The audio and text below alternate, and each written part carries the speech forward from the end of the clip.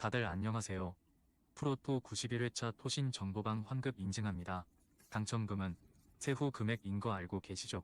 다들 아시겠지만 한 경기 취소되어 당첨금이 반토막 났지만 그래도 당첨 모두 축하드리며 오늘 경기도 분석 시작해보겠습니다. 금일 첫 번째 경기 전북현대 대 김천 상무 분석 시작해 보겠습니다. 광주를 상대로 깔끔한 승리. 특히 선수들은 무실점에 반색하는 모습이다. 그만큼 올 시즌 전북이 수비 때문에 상당히 고생을 했다는 것.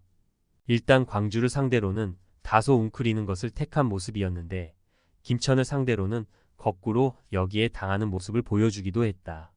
김천이 수비적으로 움직이면서 후반전에 승부를 보는 것으로 나왔는데 홍정호의 이탈로 인해서 심각해진 수비가 이를 버티지 못하는 양상.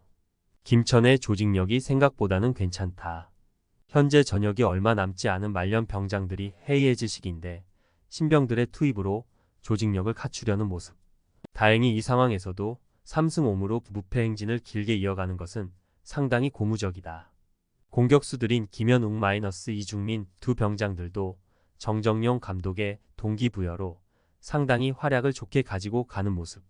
김천이 나름대로 할 만한 상황일 것으로 본다.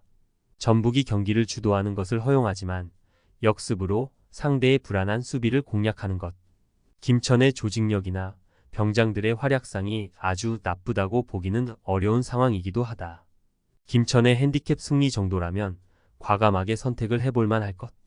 금일 두 번째 경기 울산현대 대 대전시티즌 분석 시작해 보겠습니다. 대전에게는 상당히 약한 편이다. 대전이 공격적으로 압박을 이어가는 편인데 이 양상에서 울산이 잦은 실수를 범하는 것이 고전하는 요인이다. 올 시즌 첫 대결에서도 김영권이 실수 2번으로 경기를 망친 원흉이 되기도 했다. 수비수들이 전부 30대를 넘기고 있는 상황이라 대전이 강하게 압박하는 상황에서는 아무래도 기동성 면에서는 우려가 될 수밖에 없다. 대전이 골찌를 기록하고 있는 상황이다. 일단 공격적인 플레이를 선보이고 있는 상황. 다만 지난 경기에서도 15개의 슈팅 중 3개만 유효 슈팅으로 이어진 결정력이 아쉬웠던 양상.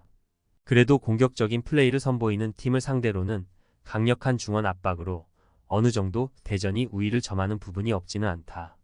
물론 자신들도 압박을 당하는 상황에서는 좀 약하기는 하다. 대전이 울산에게 강하다는 점에 주목할 여지는 있을 것. 상당히 강한 압박으로 공격적인 빌드업을 하는 팀들을 잘 상대하는 면모가 있다. 울산 수비진이 상당히 실수와 압박 대응에 약한 편이기도 해서 이를 노리는 것으로 충분히 공략에 들어갈 수 있을 전망. 금일 세 번째 경기 포항 스틸러스 대 FC 서울 분석 시작해 보겠습니다. 포항의 강점은 선수들의 결정력. 사실 서울을 상대로도 김기동 감독의 친정팀이라서 상당히 공격과 수비로 치고받는 상황을 자주 연출하기도 했다. 다만 선수단의 에너지 레벨이 좋고 특히 골로 들어가기 어려운 상황에서 득점을 기록하는 면모로 서울 상대로 승리를 기록한 모습. 사실 포항이 조직적인 플레이에 대해서는 늘 높은 평가를 받는 편이라서 수비와 역습으로 가는 상황에서의 승률도 좋은 편이다. 서울의 현재 공세를 막아내는 것이 그렇게 어려워 보이지 않는 것이 현실이다. 특히 지난 경기에서도 부상에서 막 돌아온 링가드가 가장 좋은 평가를 들었을 정도. 기성용을 필두로 한 빌드업이 통하는 상황이라면 또 모르겠는데 이 부담을 덜어줄 수 있는 선수들의 기량에 상당한 기복이 있는 모습이다. 포항의 승리를 기대해보고 있다. 전술상으로는 양팀 감독의 지략 대결 역량이 서로 비슷한 수준을 보여주고 있다. 하지만 전반적인 결정력이나 미드필더의 에너지 레벨이라는 면에서 포항이 서울을 앞섰던 것은 사실이라고 봐야 할 듯. 서울이 현재 측면이 잘 풀리지 않는 상황에서는 공격이 아주 잘 풀리지는 않고 있다. 금일 네 번째 경기 인천 유나이티드 대 광주 FC 분석 시작해 보겠습니다.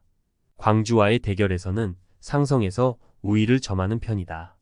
인천이 여전히 선수비 마이너스 후역습 성향을 보여주는 편인데 광주가 이런 플레이에 약한 모습이다. 2023년 첫 매치에서 크게 깨진 이후에는 인천이 4경기 무패를 달리고 있다. 역습 성향에서의 전개가 좋은 편이고 최근에는 무고사가 살아나는 모습을 보여주고 있는 것도 긍정적인 부분이다. 극단적인 공격 축구에 리스크가 있다. 올 시즌 무승부가 한 번도 없을 정도로 극단적으로 승리와 패배를 반복하고 있는 양상.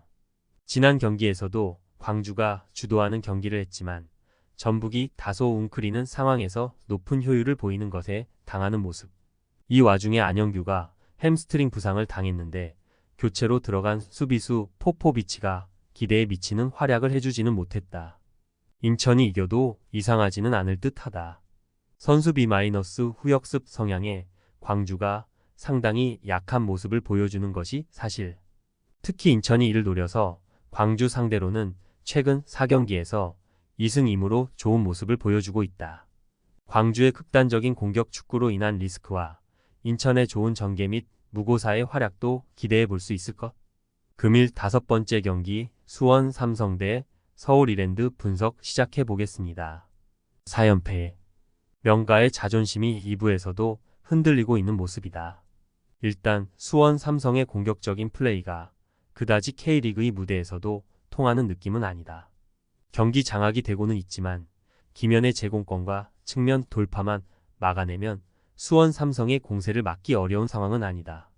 상대가 라인을 올리는 팀이라고 하더라도 수원 삼성이 그다지 상대를 잘 공략하는 모습을 많이 보여준 것은 아니었다. 이랜드의 경우는 최근 기세가 좋다. 공격과 수비의 밸런스가 상당히 잘 맞고 있는 상황이기 때문으로 볼 수 있을 듯. 기존 오스마르 - 김호규 조합도 빌드업 상황에서의 실수가 없지는 않았는데 중원에서 서재민이 1차적인 저지선 역할을 잘해주고 있다. 최근 외국인 공격수들의 폼도 좋은 편이다.